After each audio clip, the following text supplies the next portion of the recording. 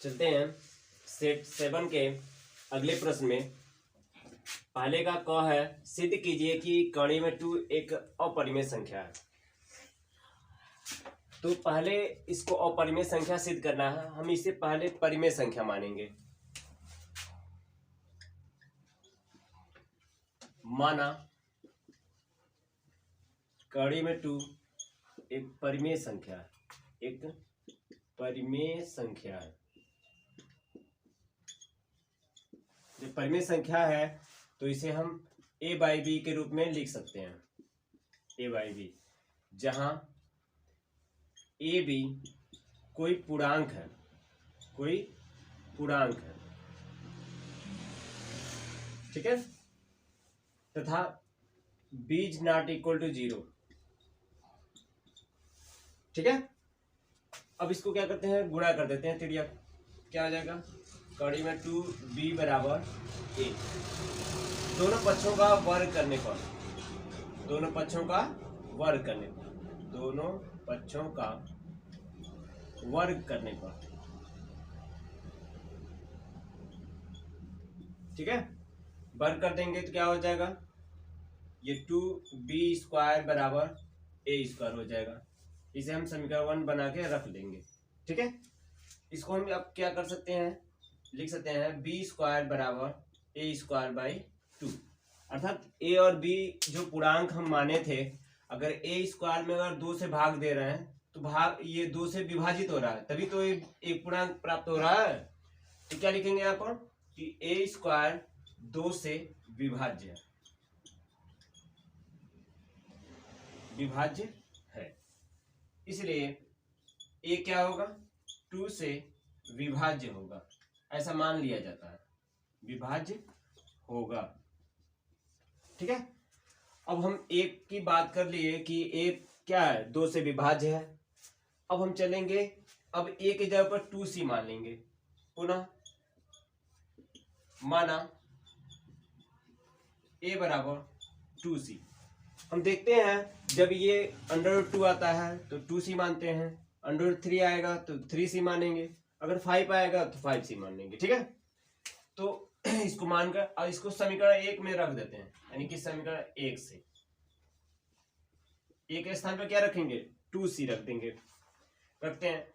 तो इधर का क्या है, 2b² है बराबर a का मान क्या है, 2c है, 2c का वर्ग, यानी 2b² बराबर ये क्या हो जाएगा, 4c² हो जाएगा। अब 2 से 1 कट जाएगा, क्या बच जाएगा, b² बराबर 2c²। अब क्या करते हैं, फिर इसको बटे में कर देते हैं इधर, b² बाई 2 बराबर c²। अब b² में यदि 2 से भाग दे रहा है तो c एक पूर्णांक मिल गया, अर्थात लिखेंगे यहाँ पर b² 2 से विभाज्य है, इसलिए b 2 से विभाज्य होगा, विभाज्य होगा, ठीक है। इसलिए यह लिख सकते हैं, अर्थात √2 एक परिमेय संख्या है, एक परिमेय संख्या है। हम इसको माने क्या, परिमेय संख्या, इसको सिद्ध करके ला दिए परिमेय संख्या, तो ये एक विरोधाभास प्राप्त होता है। लिखेंगे चूंकि यह तथ्य हमारी कल्पना का विरोधाभास प्राप्त होता है,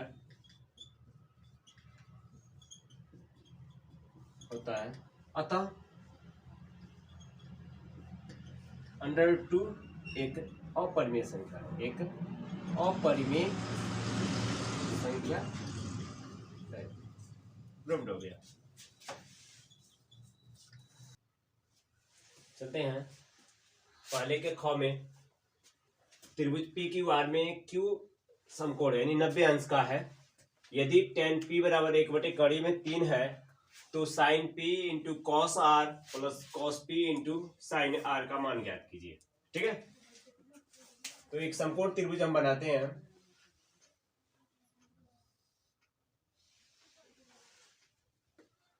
क्यू क्या है, समकोण है, यानी कि ये पी क्यू हो गया, आर हो गया। क्या दिया हुआ है यहाँ पर, टेन पी बराबर 1/3 दिया हुआ है।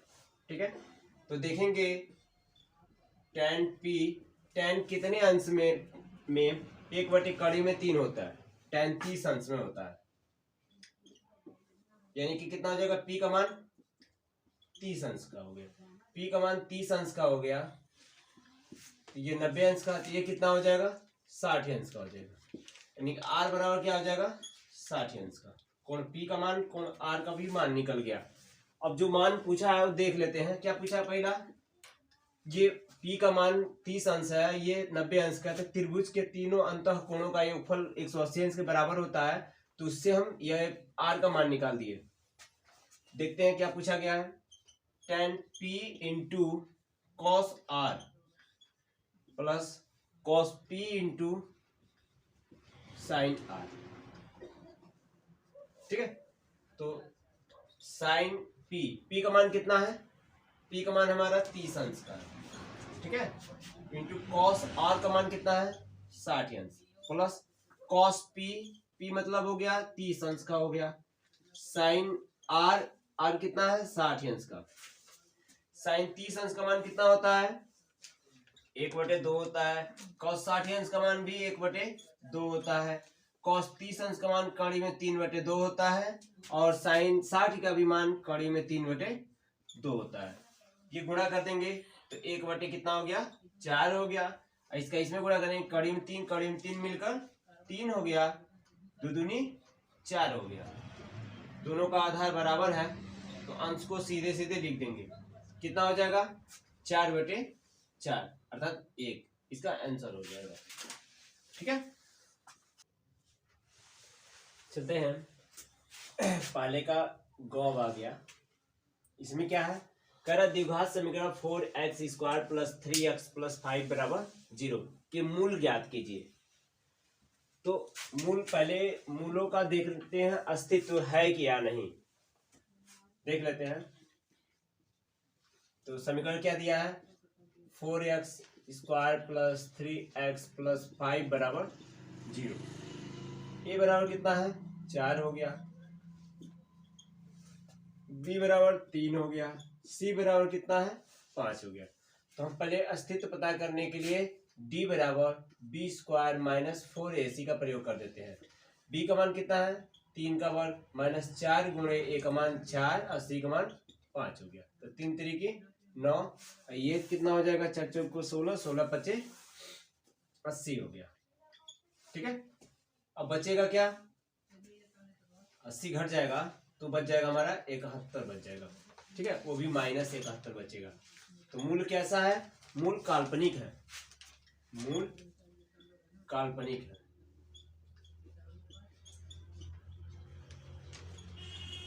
तो काल्पनिक मूल से भी हल प्राप्त कर सकते हैं, मूल क्या होंगे इसके, तो इसके लिए भी वही सूत्र लगा देंगे, x बराबर -b प्लस माइनस कड़ी में b² minus 4ac by 2a। ठीक है, तो x बराबर b का मान कितना है, 3 हो गया, -3 प्लस माइनस कड़ी में b² माइनस 4ac का मान -71 हो गया, बाई 2 गुणे a का मान कितना है, 4 हो गया। x बराबर -3 प्लस माइनस, इसका क्या होता है, इधर किनारे बता देते हैं, जैसे -1 है, इसका मान होता है i होता है, काल्पनिक देखा जाता है। अगर -2 आ गया तो क्या हो जाएगा, कड़ी में 2i हो जाएगा, क्योंकि इसको क्या करेंगे हम, कड़ी में 2 गुणे -1 ऐसे लिख देंगे, तो इसका मान i होता है, इधर 2 कड़ी में i हो जाएगा,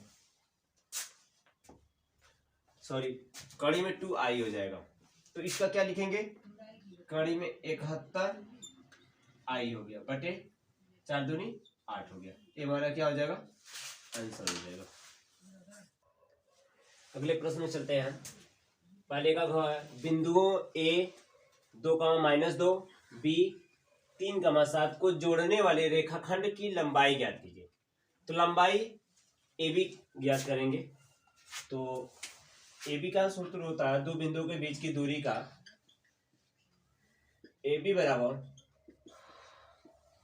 अंडर x1 माइनस x2 का होल वर्ग प्लस y1 माइनस y2 का होल वर्ग। ठीक है, x1 कितना है 2 है, 2 माइनस x2 कितना है 3 है, 3 का वर्ग हो गया, प्लस y1 कितना है -2 और y2 कितना है 7 हो गया का वर्ग हो गया। 2 में से 3 घट जाएगा तो -1 बचेगा, वर्ग हो गया। ये कितना हो गया -2 और -7 -9 हो गया का वर्ग हो गया। -1 का वर्ग करेंगे तो +1 हो गया, 9 का वर्ग करेंगे तो 9 81 + 81 हो गया, अर्थात कितना हो गया ये 82 मात्रक। दूरी है तो इसका मात्रक लिख देते हैं, आंसर हो गया।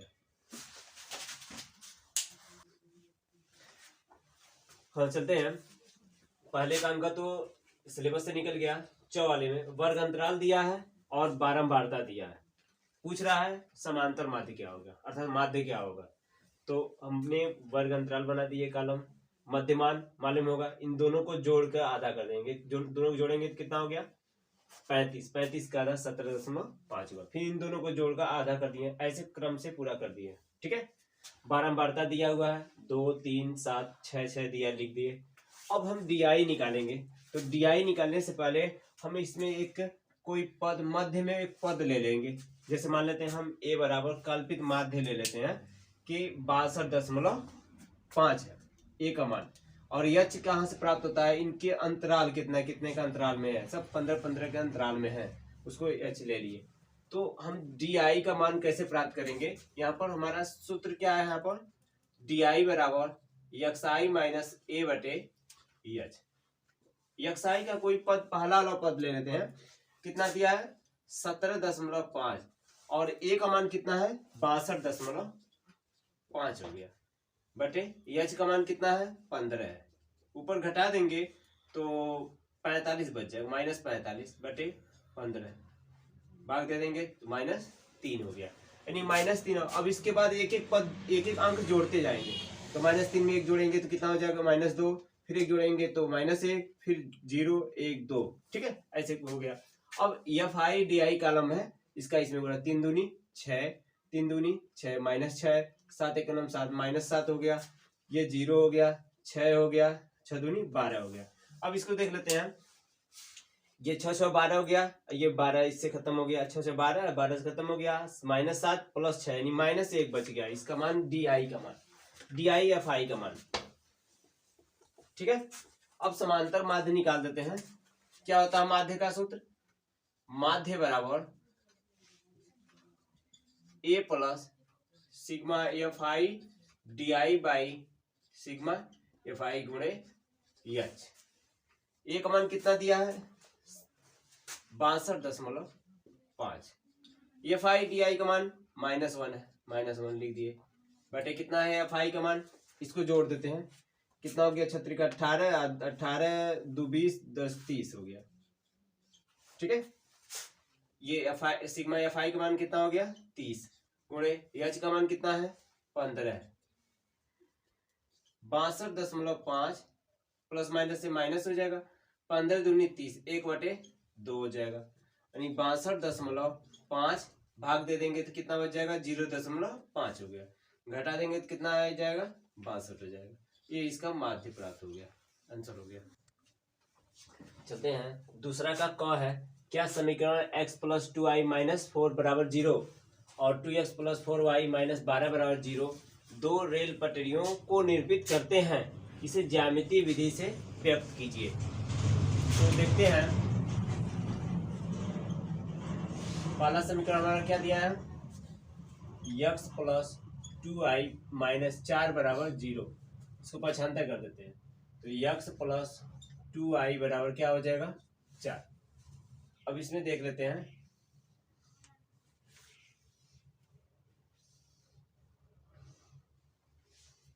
जब ये x हो गया y हो गया, जब x का मान 0, x की जगह 0 भर देंगे तो 0 हो जाएगा, अर्थात 2i बराबर 4 तो 2i बराबर 4 आता तो y बराबर कितना हो जाएगा 2 हो गया। और जब y बराबर 0, जब 0 भर देंगे तो पूरा 0 हो जाएगा, x का मान हो जाएगा 4 हो जाएगा। दूसरे समीकरण का भी देख लेते हैं। समीकरण क्या दिया है 2x प्लस 4y माइनस 12 बराबर 0। ठीक है, तो इसको भी देख लेते हैं, इसको पक्षांतर कर देते हैं। तो 2x प्लस 4y बराबर कितना हो गया 12। तो दूसरा देख लेते हैं, इसको और अंकित बिंदुओं को दर्शा सकते हैं। जब x का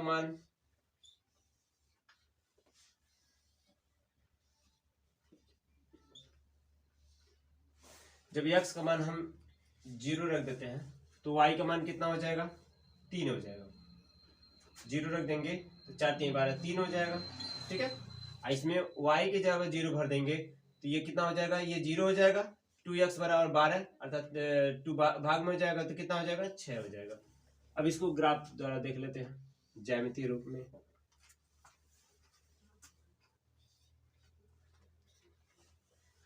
ये क्या हो जाएगा x हो गया, ये हमारा x डैश हो गया, y हो गया, y डैश हो गया। अधिकतम कितना अंक है 6 है ना, तो 1 2 3 4 5 6 ले लिए। ठीक है, इस पे 1 2 3 4 तक रहने देते हैं। तो पहला बिंदु क्या है 0,2 है, तो 0,2 अंकित कर दें। 1 2 3 4, पहला क्या है 0,2 है, ये 0,2 हो गया। ठीक है, ये क्या हो गया 4,0 हो गया। इसको रेखा द्वारा खींच देते हैं, इसको रेखा द्वारा खींच देते हैं हम।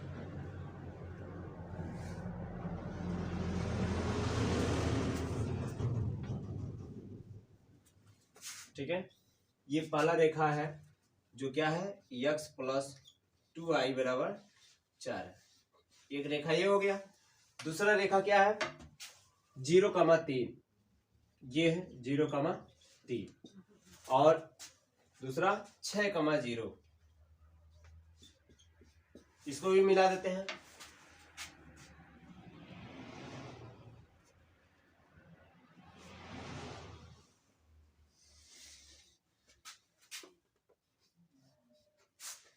ये क्या है, इस रेखा का क्या है 2x प्लस 4y बराबर 12 हो गया। ठीक है, तो ये देखा ये जा रहा है इस जो समीकरण 1 और समीकरण 2 है, जो दोनों क्या है एक दूसरे के समांतर, यानी एक दो रेल की पटरियों को निरूपित कर रहे हैं, अर्थात निरूपित करते हैं। इसे हम ज्यामितीय रूप में निरूपण कर लिए, ये प्रूव कर लिए। दूसरा ख में चलते हैं। दो व्यक्तियों की आय का अनुपात 9 संबंधी 7 है तथा उनके खर्चों का अनुपात 4 संबंधी 3 है। यदि इनमें से प्रत्येक व्यक्ति प्रति माह 2,000 रुपये बचा लेता है तो उनकी मासिक आय ज्ञात कीजिए। तो हमारे पास क्या है, आय का अनुपात है और खर्चों का अनुपात है। तो आय के अनुपात को हम एक x के रूप में बनाएंगे और खर्चों के अनुपात को y के रूप में बनाएंगे। तो माना दोनों व्यक्तियों की मासिक आय, दोनों व्यक्तियों की मासिक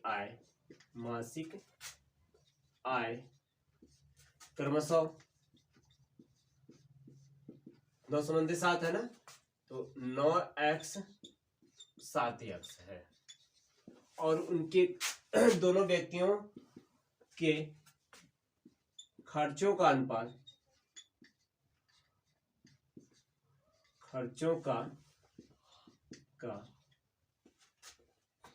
खर्च क्रमशः अनुपात दिया है ना 4 संबंधी 3, इसको हम y के रूप मान लेते हैं। तो 4y और 3y है।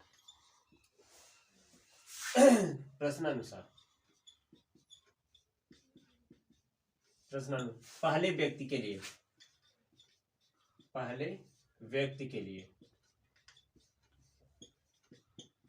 पहला व्यक्ति कितना रुपया आय इसका है, मासिक आय 9x है, और खर्च कितना कर रहा है 4y। जब 9x में से 4y घटाएंगे तभी तो 2000 बचेगा। पहला व्यक्ति 9x उसका आय है और 4y खर्च कर ले रहा है, तो दोनों में से जब अंतर करेंगे तभी तो 2000 रुपये बचेगा। और तो पहले व्यक्ति के लिए क्या हो जाएगा 9x माइनस 4y बराबर 2000 रुपया। पहला व्यक्ति भी 2000 रुपये बचा रहा है। दूसरे व्यक्ति के लिए